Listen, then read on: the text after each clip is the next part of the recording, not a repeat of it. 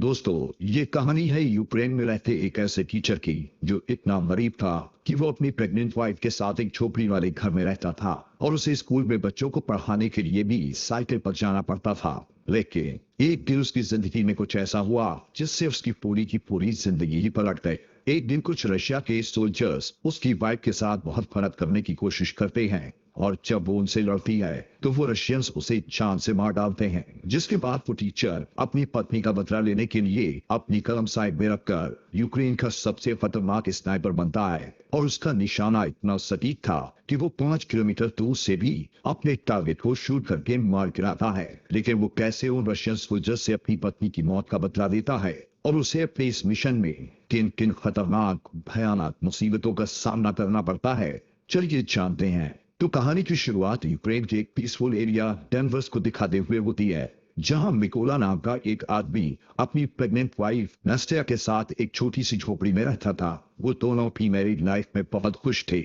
नस्टिया एक drawing artist थी, उसे ड्राइंग बनाना और लकड़ी पर नक्काशी करना बहुत पसंद था। एक दिन वो मिकोला की सुरक्षा के लिए लकड़ी का एक इंजन बनाकर मिकोला के बाजू में बांध देती है। मिकोला उनके घर के पास ही एक स्कूल में मैथ पढ़ाता था। वो रोज अपनी साइकिल से बच्चों को पढ़ाने स्कूल जाया करता था। उसके घर के बाहर सफेद रंग का एक शांति का प्रतीक बना हुआ था। यहाँ पर हम देखते हैं कि मिकोला के घर पर कोई इलेक्ट्रॉनिक उपकरण जैसे टीवी वगैरह नहीं होने के कारण उन्हें दुनिया की कोई खबर नहीं मिल पाती थी। जब मिकोला स्कूल में जाता तो ब्रेक के टाइम वहीं थोड़ी देर टीवी पर न्यूज देख लिया करता था। ऐसे ही एक दिन टीवी पर दिखाई जा रही न्यूज से उसे पता चलता है कि यूक्रेन की राजधानी में प्रोटेस्टर्स को मारा जा रहा है और रशिया यूक्रेन पर हमला करके उस पर कब्जा करना चाहता है। अब इस खबर को सुनने के बाद निकोला क्लास में बच्चों को पढ़ाने के लिए जाता है और वो बच्चों को बड़े प्यार और अच्छे तरीके से पढ़ाता है। लेकिन इसी क्लास में पीवान नाम का एक बदमाश लड़का भी पढ़ता था जो मिकोला को बिल्कुल भी पसंद नहीं करता था और इसीलिए उसे जब भी मौका मिलता तो वो मिकोला की इंसल्ट करता और मिकोला को स्कूल से हटवाने के बारे में ही सोचता रहता और मिकोला उसकी हरकतों से कभी गुस्सा नहीं होता था। एक दिन सुबह जब मिकोला स्कूल पढ़ाने के लिए जा रहा होता है तो रास्ते में वो कुछ सोल्जर्स को खड़ा देखता है जिन पर वो ज्यादा ध्यान नहीं देता और आगे बढ़ जाता है। अब जैसे ही वो स्कूल पहुंचता है तो देखता है कि पूरा का पूरा स्कूल खाली पड़ा है, जिससे वो थोड़ा सोच में पड़ जाता है। तभी वो टीवी पर एक न्यूज देखता है जिसमें दिखाया जा रहा था कि यूक्रेन पर कब्जा करने के लिए रशियन आर्मी यूक्रेन में घुस चुकी है, जिससे उसे समझ में आ जाता है कि उसने रास्ते में जो सोल्जर्स देखे थे वो दरअसल रशियन सोल्जर्स थे। अब पूरा मामला समझते ही वो तुरंत अपने घर की तरफ भागता है क्योंकि नास्टिया घर पर अकेली थी। लेकिन अब बहुत देर हो चुकी थी क्योंकि रशिया सोल्जर्स उसकी पत्नी को पकड़कर पीट रहे थे और जब मिकोला अपनी पत्नी को बचाने की कोशिश करता है तो रशियन सोल्जर्स उसे भी पकड़कर मारने लगते हैं। मिकोला उनसे रिक्वेस्ट करता है कि मेरी पत्नी प्रेग्नेंट है, इसलिए तुम लोग प्लीज उसे मत मारो। ये सुनकर रशिया सोल्जर उनके घर को आग लगाकर वहां से जाने लगते हैं। अब अपने घर को चलता हुआ देख नास्टिया गुस्से में आकर रशियन सोल्जर्स पर जैसे ही पत्थर मारने लगती है तो एक रशियन सोल्जर उस पर गोली चलाकर उसे मार डालता है। मिकोला अपनी वाइफ की बॉडी के पास बैठकर फूट फूट कर रोने लगता है। कुछ घंटे बाद दो यूक्रेनी सोल्जर्स मिकोला के पास आते हैं और उसकी पहचान करने के बाद उसकी पत्नी नास्टिया के लिए दुख प्रकट करते हैं और उसके लिए कब्र खोदकर मिकोला को कहते हैं कि अपनी पत्नी को यहाँ दफना दो। मिकोला अपनी पत्नी को उस कब्र में दफना देता है। अब क्योंकि रशियन सोल्जर्स ने उसके घर को जला दिया था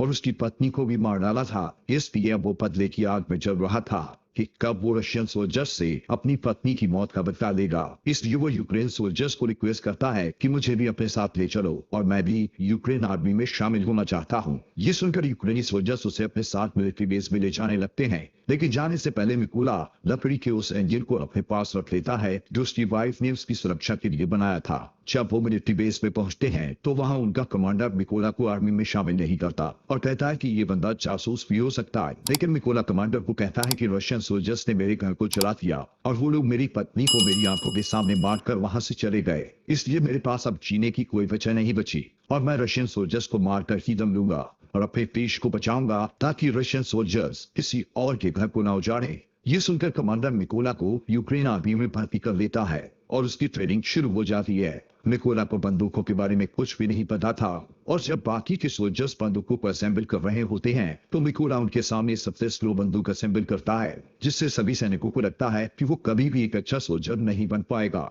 लेकिन मिकोला अपना पूरा फोकस ट्रेनिंग पर लगाता है ताकि वो जल्द से जल्द एक अच्छा सोल्जर बन पाए। और ऐसे ही एक दिन जो वो ट्रेनिंग कर रहा होता है तो वो अपने सीनियर्स को कहता है कि मुझे मिकोला कहकर मत बुलाओ।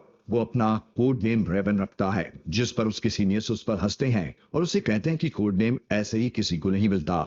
उसके लिए बहुत मेहनत लगती है, जिससे मिकोला अपनी पूरी कोशिश से ट्रेनिंग में लगा रहता है। रात को जब सभी सिपाही सो रहे होते थे तब भी मिकोला अकेले ही अपनी प्रैक्टिस जारी रखता था। एक दिन उसका कमांडर उनको बताता है कि हमारे पास स्नाइपर्स की कमी है, इसलिए तुम लोगों में से कौन कौन स्नाइपर बनना चाहता है। जिसे सुनकर बहुत ही कम लोग अपना हाथ उठाते हैं, लेकिन इनमें से एक मिकोला भी था, जिसे देखकर सभी हंसने लगते हैं। कमांडर उससे कहता है कि तुम्हें तो बंदूक भी असेंबल करनी नहीं आती, तुम कभी भी स्नाइपर नहीं बन सकते। लेकिन मिकोला कहता है कि मैं एक अच्छा स्नाइपर बन सकता हूँ और मैं ये साबित कर सकता हूँ। वो कमांडर को कहता है कि आप मेरा कोई भी टेस्ट ले सकते हो। तब कमांडर उसे टेस्ट देते हुए कहता है कि तुम्हें सिर्फ 20 सेकंड में इस AK-47 बंदूक को असेंबल करना होगा। तब मिकोला आंखों पर पट्टी बांधकर बंदूक को असेंबल करना शुरू करता है और सिर्फ 18 सेकंड में ही AK-47 को असेंबल कर देता है। ये देखकर सभी हैरान रह जाते हैं और जो लोग पहले मिकोला पर हंस रहे थे अब वो उसके लिए तालियां बजाने लगते हैं। इसके बाद मिकोला की स्नाइपर ट्रेनिंग शुरू हो जाती है और मिकोला स्नाइपर की ट्रेनिंग को पूरी जी जान से सीखने लग जाता है। ऐसे ही कुछ दिनों बाद वो दिन आ जाता है जिस दिन इन सभी स्नाइपर्स को बंदूकें दी जानी थी। यहाँ पर बाकी सभी स्नाइपर्स को बंदूक का नया और बेहतरीन मॉडल दिया जाता है, लेकिन वहीं मिकोला को एक पुराने मॉडल की बंदूक जो कि सही से काम भी नहीं करती थी वो दी जाती है। अपने साथ ऐसा भेदभाव देखते हुए मिकोला अपने सीनियर से कहता है कि सर मुझे भी नए मॉडल की बंदूक दीजिए, जिस पर उसका सीनियर उसे गुस्से से कहता है कि पहले तुम्हें प्रूव करना होगा कि तुम एक अच्छे स्नाइपर हो, उसके बाद तुम्हें नए मॉडल की बंदूक मिल जाएगी। जिसके लिए मिकोला तैयार हो जाता है। अब इन सभी स्नाइपर्स की लास्ट ट्रेनिंग शुरू होती है, जिसमें उन्हें सबसे पहले सीनियर सभी स्नाइपर्स को बताता है कि जब तुम लोग अपने दुश्मन पर छुपकर निशाना साध रहे होगे तब तुम लोगों को चाहे जो भी परिस्थिति आ जाए बिल्कुल भी हिलना नहीं है और सिर्फ अपने टारगेट पर फोकस करके उसे शूट करना है। इसके बाद सीनियर एक एक करके सभी स्नाइपर्स के पास शूट करने लगता है और जो भी सोल्जर गोली लगने की डर से जरा सा भी हिलता है तो उसे ट्रेनिंग से बाहर कर दिया जाता है। ऐसे ही जब मिकोला के पास सीनियर गोली चलाता है तो वो अपनी जगह पर ही निर्भरता से लेटा रहता है। यहाँ पर मिकोला अपने टारगेट पर उसकी पुरानी बंदूक से निशाना लगाने की कोशिश करता है, लेकिन तभी इनका सीनियर उसे कहता है कि तुम्हें सिर्फ एक ही बार अपना टारगेट देखने को मिलेगा। और जैसे ही मिकोला अपना टारगेट देखता है तभी उसकी आंखों को ढक दिया जाता है, जिससे मिकोला का निशाना थोड़ा चूक जाता है। लेकिन सभी को पता था कि अगर मिकोला को नई बंदूक दी जाती और उसकी आंखों के आगे कुछ न रखा जाता तो वो अपना निशाना बिल्कुल सही लगाता, लेकिन कोई भी इस बारे में बात नहीं करता और मिकोला भी इस पर ज्यादा ध्यान नहीं देता।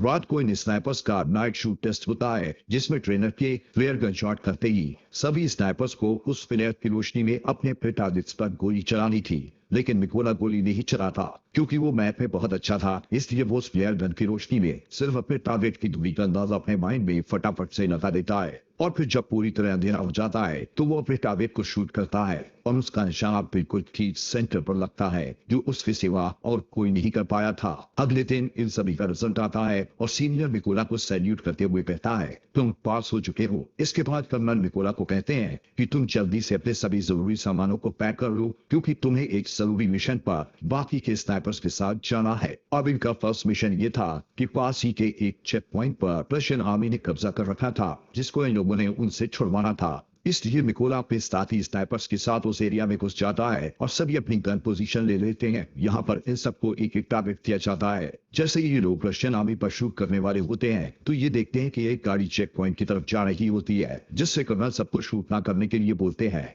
वहीं रशियन आर्मी उस गाड़ी को रोक लेते हैं जिसमें एक कपल कहीं पर जा रहा था। रशियन आर्मी उन्हें गाड़ी से बाहर निकालकर उनका पासपोर्ट लेकर अपने पास रख लेते हैं और उन्हें काफी बुरी तरह से टॉर्चर करने लगते हैं, जिसे देखकर जैसे ही कर्नल स्नाइपर को शूट करने के लिए कहता है तो एक ही झटके में सभी स्नाइपर्स अपने अपने टारगेट को शूट करके निपटा देते हैं। अब इन स्नाइपर्स का पहला मिशन सक्सेसफुल हो गया था, इसलिए ये सभी खुशी खुशी वापस बेस में आते हैं। तब मिकोला वहां देखता है कि उसके बाकी के साथी बेस में नहीं है और जब वो इसके बारे में पूछता है तो उसे पता चलता है कि वो एक दूसरे मिशन पर गए हुए हैं। यहाँ पर मिकोला को ये भी पता लगता है कि उस मिशन पर उसके कई साथी मारे गए हैं और उन सबको एक ही स्नाइपर जिसका नाम सेरी है उसने मारा है, जो रशियन आर्मी का सबसे बेहतरीन स्नाइपर है। कुछ दिनों बाद इनका नेक्स्ट मिशन शुरू हो जाता है, जिसके लिए सभी स्नाइपर्स उस जगह पर पहुंच जाते हैं जहां पर रशियन आर्मी कब्जा करने के लिए आने वाली थी।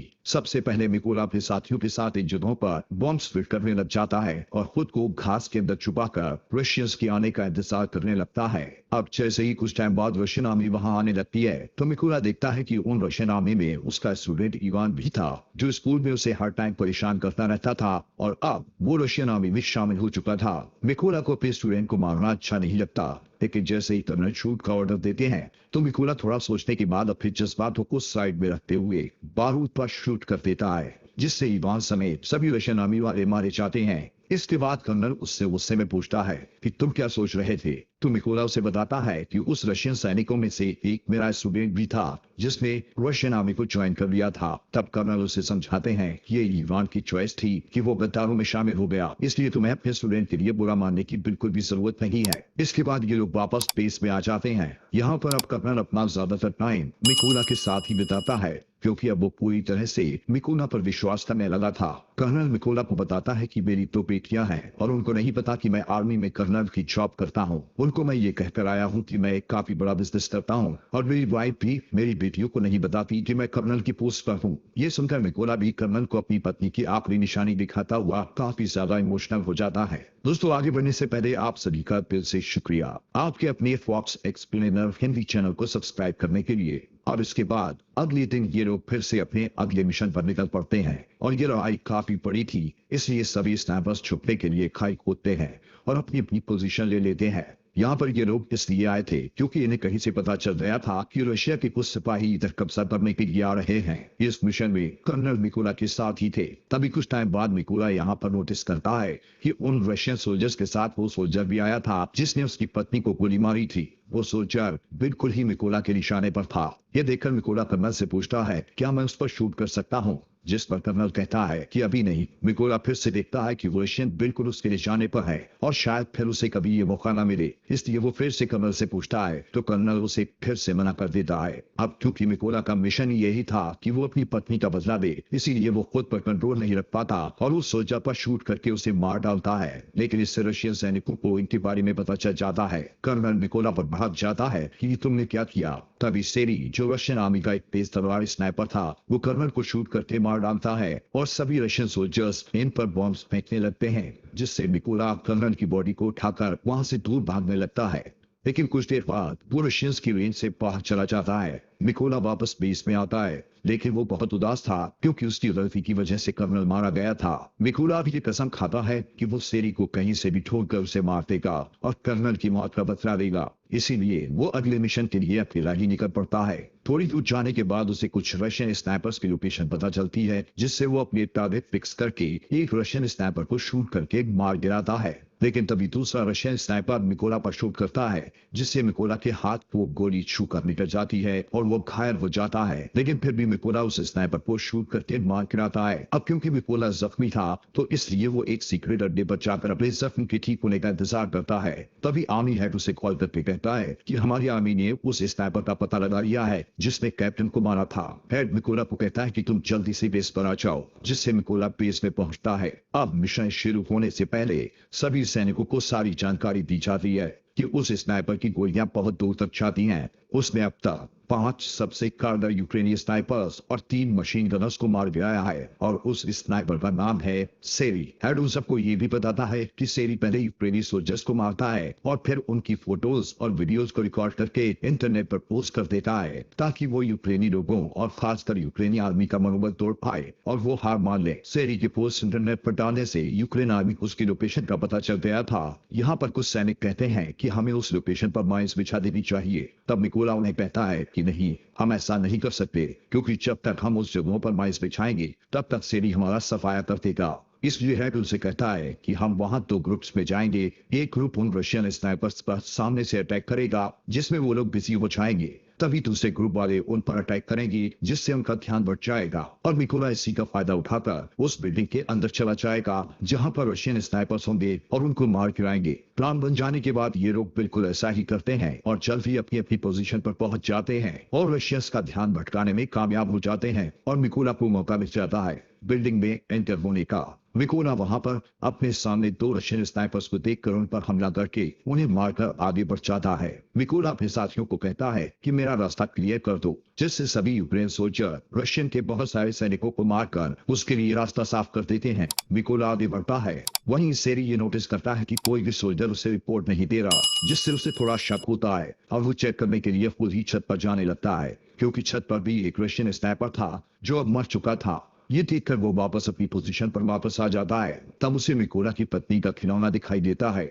उसी वक्त मिकोला ऊपर से कूदता है और सेरी को मार डालता है। तभी एक और रशियन स्नाइपर को थोड़ी आवाज आती है, जिससे वो अलर्ट हो जाता है। लेकिन मिकोला उसी टाइम उसके पास एक ग्रेनेड फेंकता है और अब उस स्नाइपर का भी काम तमाम हो जाता है। लेकिन यहाँ पर हम देखते हैं कि सेरी जब ऊपर छत पर चेक करने गया था तो उसने अपने रशियन आर्मी से फोन करके बैकअप बुलाया था, इसलिए रशियन आर्मी वहां पर आ रही होती है। उन लोगों को नहीं पता था कि सेरी मारा जा चुका है, इसलिए वो सेरी को कॉल करके कांटेक्ट करते हैं। लेकिन कॉल मिकोला उठाता है और कहता है कि तुम लोगों का अब टाइम खत्म हो चुका है। ये कहकर वो ट्रक के ड्राइवर को शूट कर देता है, जिससे सभी रशियन सिपाही ट्रक से बाहर निकल जाते हैं। लेकिन उन्हें नहीं पता था कि यूक्रेन के स्नाइपर्स ने पहले ही उन पर निशाना साध रखा था। तभी सभी यूक्रेनी स्नाइपर्स उन पर गोलियों की बारिश कर देते हैं और मार डालते हैं। अब सभी को मारने के बाद मिकोला अपनी पत्नी की कब्र पर जाता है और उसे उदास भरे मन से कहता है कि मैंने अपने दुश्मनों से बदला ले लिया, लेकिन मुझे अब अपने देश की सेवा करनी है, इसलिए मुझे जाना होगा। इतना कहते हुए वो अपने अगले मिशन पर निकल पड़ता है और यहीं पर ये शानदार मूवी खत्म हो जाती है। दोस्तों, आप अपने YouTube channel scroll with since को सब्सक्राइब करना मत भूलना।